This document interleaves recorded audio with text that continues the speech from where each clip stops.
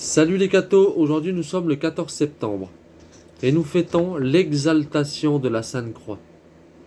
Sous le règne de l'empereur Heraclius Ier, les Perses s'emparèrent de Jérusalem et y enlevèrent la principale partie de la vraie croix de notre Seigneur, que sainte Hélène, mère de l'empereur Constantin, y avait laissée. Heraclius résolu de conquérir cet objet précieux, nouvelle arche d'alliance du nouveau peuple de Dieu. Avant de quitter Constantinople, il vint à l'église, les pieds chaussés de noir, en esprit de pénitence.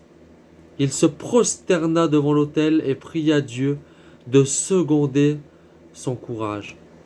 Enfin, il emporta avec lui une image miraculeuse du Sauveur, décidé à combattre avec elle jusqu'à la mort. Le ciel aida sensiblement le vaillant empereur, car son armée courut de victoire en victoire.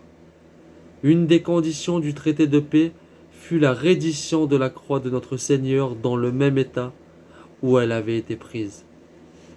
Heraclius, à son retour, fut reçu à Constantinople par les acclamations du peuple.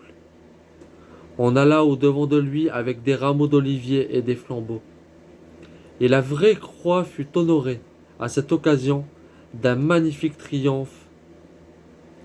L'empereur lui-même, en action de grâce, voulut retourner à Jérusalem ce bois sacré, qui avait été 14 ans au pouvoir des barbares.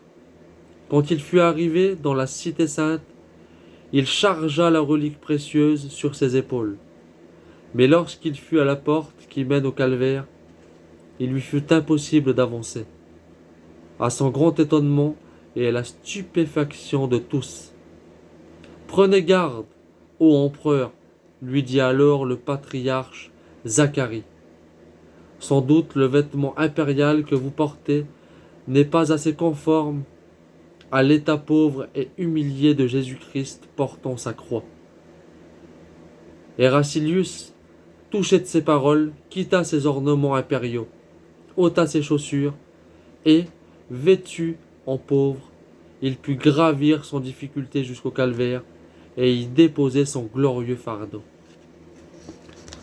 Pour donner plus d'éclat à cette marche triomphale, Dieu permit que plusieurs miracles furent opérés par la vertu de ce bois sacré.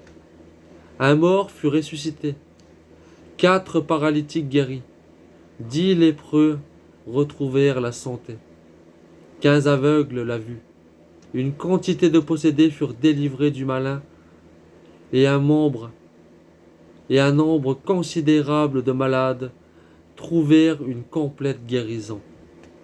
À la suite de cet événement fut instituée la fête de l'exaltation de la Sainte Croix pour en perpétuer le souvenir. Que Dieu vous bénisse, et à plus les cathos!